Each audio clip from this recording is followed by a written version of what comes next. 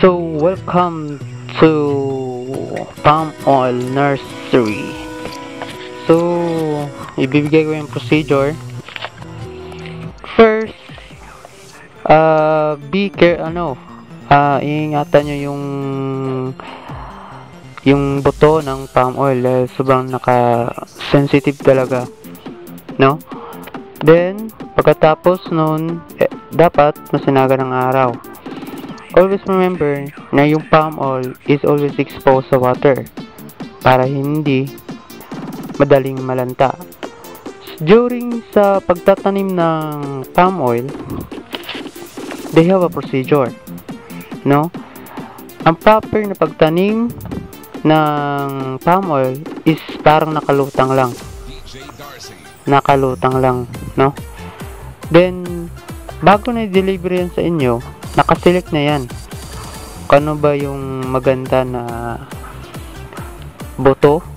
Actually, yung buto is nanggaling sa kanyang sariling bunga rin.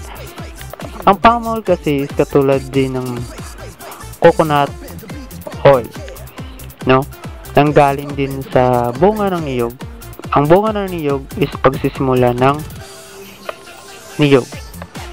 Then, ang process ng paglagay ng lupa sa isang plastic bag is huwag nyo talagang i-compress, no? Dahil ang paglagay ng buto ng palm oil is parang nasa taas lang. After 3 to 5 months, kukunin yun sa plastic, yung nasa liit pa lang, then alagay sa malaking bag. Then, yung paglagay ng mga lupa sa big plastic bag is meron nang nahalo na mga ingredients, kumbaga, mga abono, no?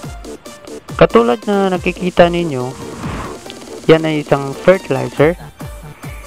At laging tandaan pala, once na maglagay kayo ng sit-up ng palm oil, mayroong distansya, half meter by square meter, no? Para masinaga ng araw.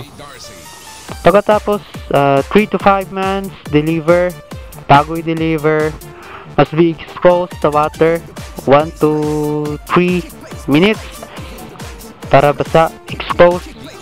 Pagkatapos nan, deliver. Reminder, be careful sa palm oil dahil sobrang sensitive. That's all lang po. Thank you for watching. This is my URL.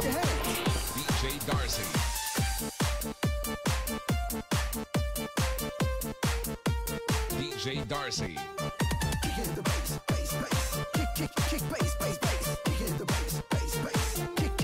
DJ Darcy.